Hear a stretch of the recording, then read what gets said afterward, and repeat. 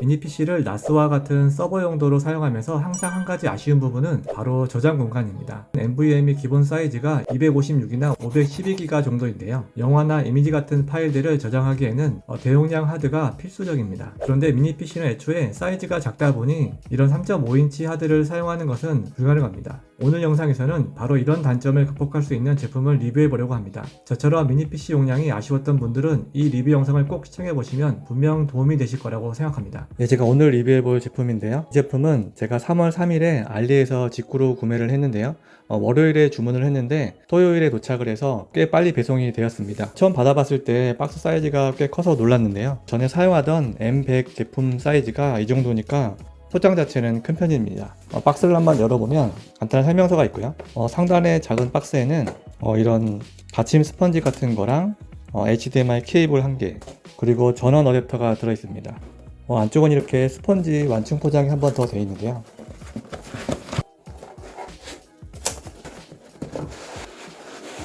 보시는 것처럼 꽤 튼튼하게 잘 포장이 되어 있습니다. 예, 외관은 이런 모습이고요. 개봉을 하고 나서 기존의 N100과 비교를 해보면은 이 정도 사이즈 차이가 있습니다. 예, 본체 후면을 보시면 위에 오디오 잭이 하나 있고요. 그 밑에 USB 2.0 단자가 2개, 3.0이 2개 있습니다. 디스플레이는 2개까지 연결이 가능하고요. 아래쪽에 USB-C 타입 단자하고 특이하게 SD카드 슬롯이 하나 있습니다. 그리고 램 포트는 2개가 있고요. 마지막에 DC 포트가 있습니다. 그리고 하단에 이렇게 나사가 있어서 본체를 분리할 수 있을 것 같은데요.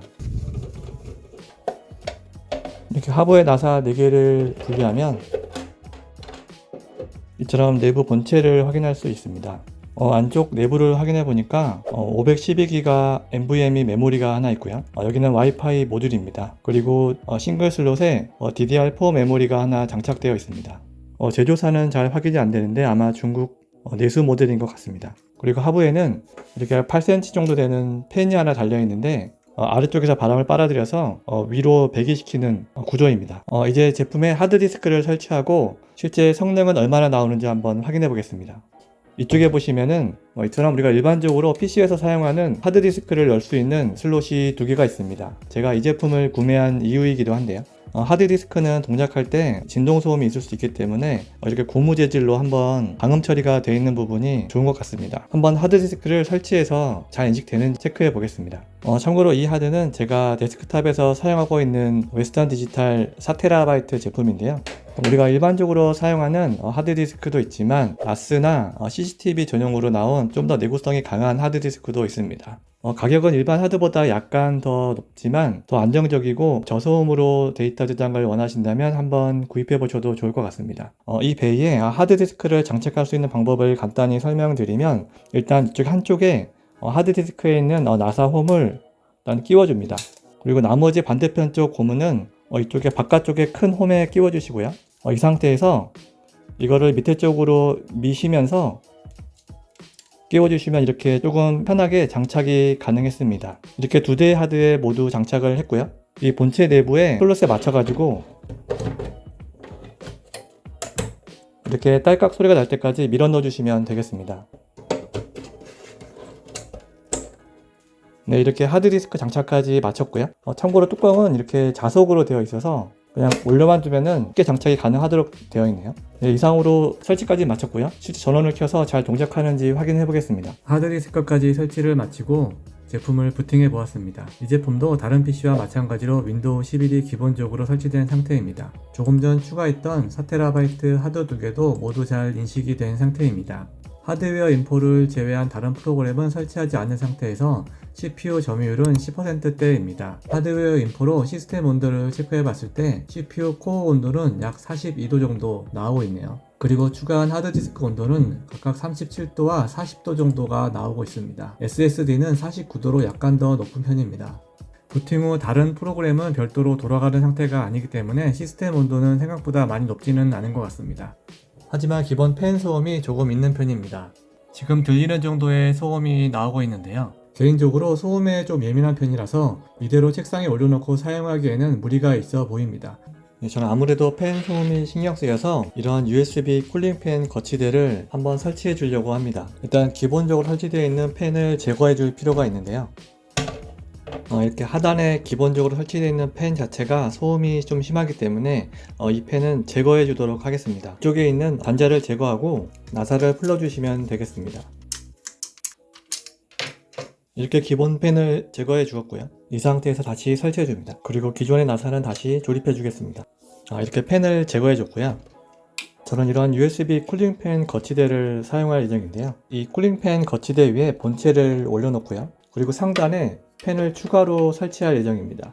이렇게 설치를 하면은 밑에서 한번 공기를 빨아들여서 위로 쿨링을 시켜주고 뜨거운 공기가 나왔을 때 다시 한번 흡기를 시켜주는 구조이기 때문에 조금 더 쿨링에 효과가 있을 것 같습니다. 이렇게 팬을 거치해 주었고요. 참고로 이 팬은 USB 전원으로 사용하실 수 있는데요.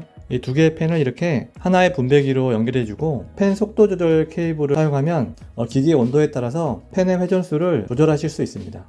이렇게 구성을 하신 다음에 기기 뒤쪽에 있는 USB 전원부에 꽂아주시면 되겠습니다. 전 이렇게 외부에 추가로 쿨링을 할 수 있는 팬을 설치해 주었고요. 이 상태에서 다시 추가로 테스트를 진행해 보겠습니다. 팬을 교체하고 약 5분 정도 시스템을 켜놓은 상태인데요. 기본 팬보다 소음이 거의 절반 이하로 떨어진 것을 알 수 있습니다. 아마 기본 팬 자체가 본체에 부착되어 있다 보니 기본 공명음에 의한 소음이 더 컸던 것 같습니다. 다시 시스템 온도를 체크해 봤는데요. CPU 코어 온도는 약 34도 정도로 기본 팬 대비 약 10도 정도 온도가 내려간 상태이고요. 하드디스크의 경우도 아까 37도에서 31도로 내려갔습니다. 그리고 두 번째 하드도 40도에서 34도 정도로 6도 정도 온도가 하락하는 효과가 있었습니다. 기본 팬 한 개만 사용하는 것보다 이렇게 외부에 쿨링 팬을 달아주는 게 소음도 훨씬 적고 확실한 쿨링 효과가 있는 것으로 생각됩니다. 이어서 기본적인 성능을 체크해 보겠습니다. 이미 M100 CPU는 미니 PC 유저라면 너무나 유명하지만 그래도 새로 구입했으니 기본적인 성능에 문제가 없는지 테스트를 해보겠습니다. 먼저 4K 영상을 플레이해 봤습니다. 오프라인으로 재생 시 기본 27프레임 정도 나와주고 있습니다. M100 CPU 제품은 이전에도 리뷰한 적이 있기 때문에 이번에는 새롭게 추가한 하드디스크 성능과 소비 전력 위주로 조금 더 체크를 해보겠습니다. 여기 D 드라이브와 E 드라이브가 하드디스크인데요. 하드디스크로 파일을 복사할 때 약 200MB/s 이상의 속도가 나오고 있습니다. 그리고 반대로 하드디스크에 있는 자료를 SSD로 복사를 해보겠습니다. 거의 순식간에 복사가 끝날 정도로 초당 1GB 이상의 속도로 복사가 되는 것을 알 수 있습니다. 그리고 이번에는 네트워크 상으로 파일을 복사하는 속도를 체크해 볼 텐데요. 참고로 저희 집은 1GBps로 내부 네트워크가 구성되어 있습니다. 현재 이 오른쪽에 있는 화면이 서버에 있는 파일인데요. 네트워크 드라이브로 연결을 해서 제 PC로 한번 복사를 해보겠습니다. 보시는 것처럼 복사 속도는 100MB가 조금 넘는데요. 말씀드린 것처럼 기가비트 환경 내에서 최대 속도로 잘 복사가 되는 것을 알 수 있습니다. 이렇게 하드디스크와 네트워크상의 파일 복사 속도를 체크해 봤는데요. 하드디스크는 1GB/s 이상의 속도가 나오고 있고 네트워크도 기가비트 랜 상에서의 최대 속도를 잘 뽑아주고 있습니다.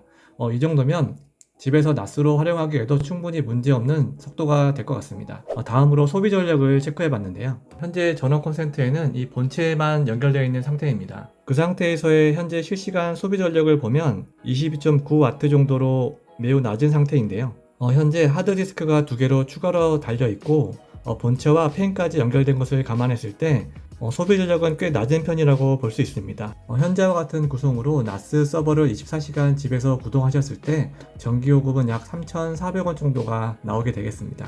24시간 집에서 서버를 구동하는 것 치고는 전기요금이 그렇게 부담되는 수준은 아닌 것 같습니다. 참고로 저는 이 제품에 투루나스라는 소프트웨어를 설치해서 사용할 예정입니다. 투루나스는 개인이 무료로 나스를 구축할 수 있는 오픈소스 소프트웨어인데요. 최근에는 도커와 가상머신 기능을 지원하는 스케일 버전이 안정화되면서 상용 나스인 시놀로지에 버금가는 다양한 앱들을 사용할 수 있을 것으로 보입니다. 이 투루나스와 함께 다양한 앱들을 설치하는 방법은 다음 영상에 이어서 소개해드리도록 하겠습니다. 오늘 제품 리뷰 영상이 도움이 되셨다면 구독과 좋아요 부탁드립니다. 감사합니다.